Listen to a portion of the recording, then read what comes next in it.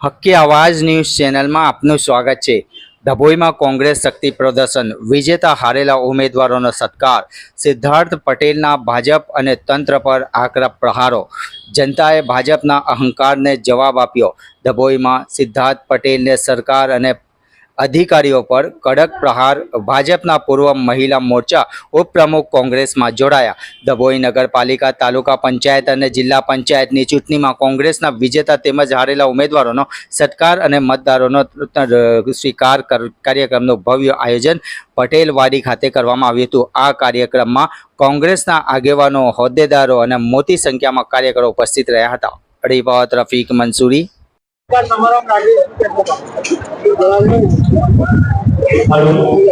ડભોઈ ખાતે આજે તાલુકા પંચાયત, જિલ્લા પંચાયત અને નગરપાલિકામાં લડેલા તમામ ઉમેદવારો ખૂબ કપરી પરિસ્થિતિ હોવા છતાં પણ પૂરી તાકાતથી લડ્યા। એ તમામને સત્કારવાનો આજે કાર્યક્રમ આયોજન કરવામાં આવ્યો હતો। જે ચૂંટણી લડાઈ એ આપણે જોયું છે કે સત્તાધારી પક્ષ દ્વારા સંપૂર્ણપણે લોકશાહી મૂલ્યોને એક બાજુએ મૂકી અને આ ચૂંટણી લડવામાં આવી હતી। એમ છતાંય ધાક, ધમકી અને ત્રાસના અનેક દબાણો છતાં કોંગ્રેસના આ નિષ્ઠાવાન કાર્યકર્તાઓ ખૂબ તાકાતથી ચૂંટણી લડ્યા છે। એટલે એમને આજે અભિનંદન આપવાનો આ કાર્યક્રમ યોજવામાં આવ્યો હતો।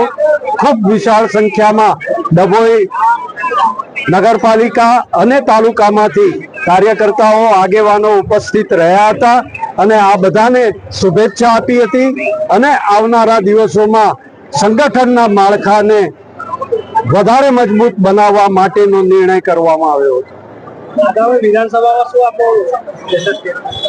હજી બહુ વાર છે, હજી સંગઠનને મજબૂત કરવાની વાત છે।